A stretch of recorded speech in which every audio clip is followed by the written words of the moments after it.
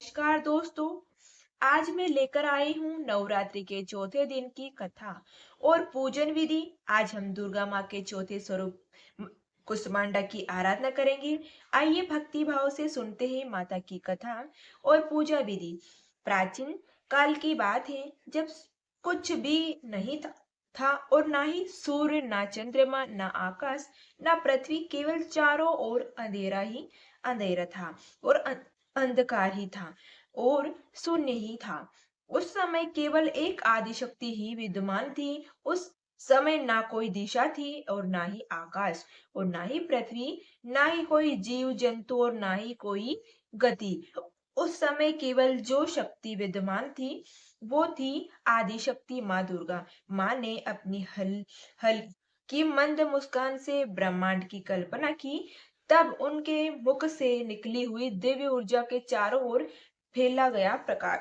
उसी प्रकार से सूर्य, ग्रह, नक्षत्र, आकाश, पृथ्वी और जीव की उत्पत्ति हुई। इसी कारण उन्हें कुष्मांडा कहा जाता है, जिसे कुष्मांडा का मतलब होता है छोटा, उष्मा यानी कि ऊर्जा और ताप का अंड यानी कि मतलब होता है ब्रह्मांड, यानी कि माता की अपनी सूक्ष्म मुस्कान और ऊर्जा से इस ब्रह्मांड रूपी अंड का निर्माण किया गया था। माँ कुष्मांडा की 8 भुजाएं हैं, इसलिए इन्हें अष्टभुज देवी भी कहा जाता है।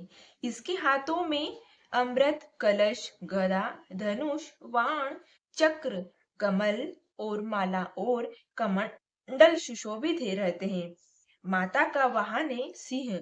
माँ कुष्मांडा ने मस्तक पर सृष्टि के छोटे से विशाल ब्रह्मांडी अंड को जन्म दिया। यह समस्त ऊर्जा, समस्त प्रकार और समस्त गर्मी और समस्त जीवन का स्रोत है। इन्हें मुस्कुराती हुई माता भी कहा जाता है।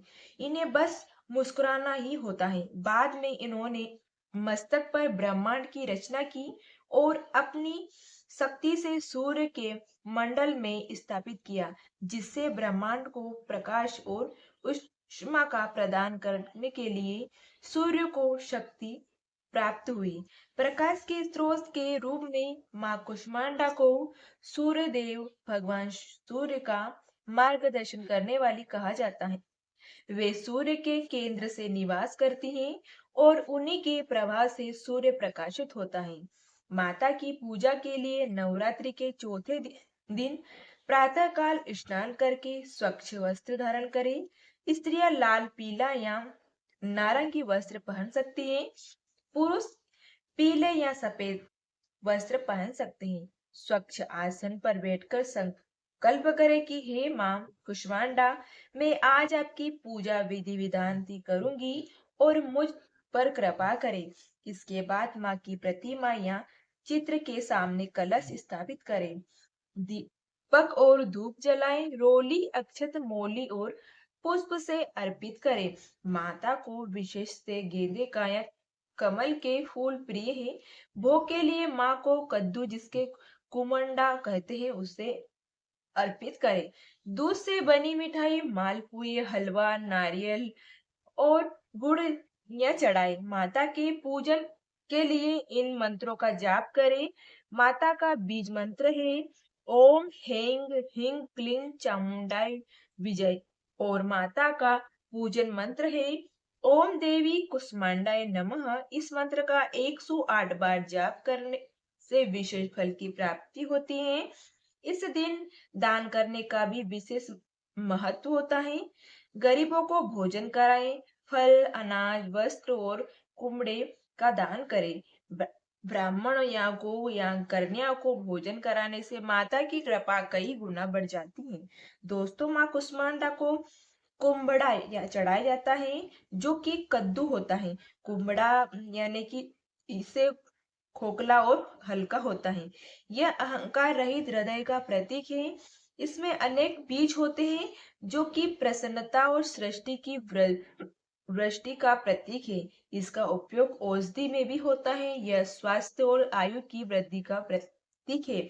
इसलिए जब भक्त माता को कुमड़ा अर्पित करता है तो उसका अर्थ है जो माँ, जैसे यह कुमड़ा खोखला है वैसे ही हम भी अपना अहंकार शून्य करें, आपको अर्पित करें। हमारे जीवन ऊर्जा आपकी देन है। माता को कुमड़ा अर्पित करने से भक्त को स्वास्थ्य, ऐश्वर्य और दीर्घायु मिलता है। यह एक भोग प्रसाद है जो सात्विक और शुद्ध से चढ़ाया जाता है। कुष्मांडा माँ की पूजा करने से सभी रोग और भय कष्ट हो जाते हैं। जीवन में सुख, समृद्धि और शांति आती है। आत्मबल और तेज की वृद्धि होती है। भक्तों का हृदय प्रकाश से, ऊर्जा से भर जाता है।